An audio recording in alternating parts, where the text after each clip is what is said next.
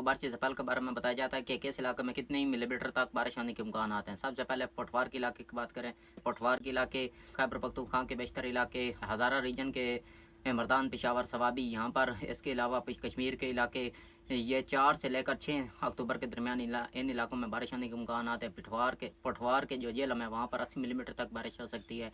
कश्मीर के कोटली में तकरीबन 81-82 मिलीमीटर तक बारिश होने के इम्कान आते हैं। इसके अलावा राइस जोन की बात करें तो राइस जोन के जो गुजरांवाला, मंडी बाउद्दीन, इसके अलावा हाफजाबाद, यहाँ पर मंडी बाउद्दीन में तकरीबन 85 मिलीमीटर तक बारिश होने के इम्कान आते हैं।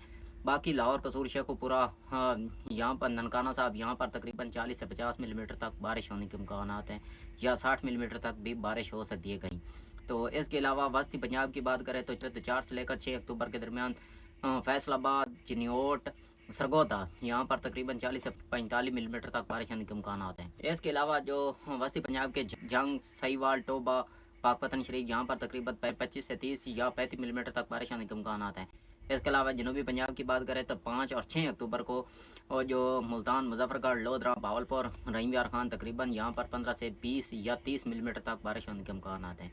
इस बारिश से पहले में तकरीबन 5 और 6 अक्टूबर को सिंध के कुछ जो सैल इलाके हैं वहाँ पर और कुछ दीगर इलाकों में भी बारिश होने के इम्कान हैं।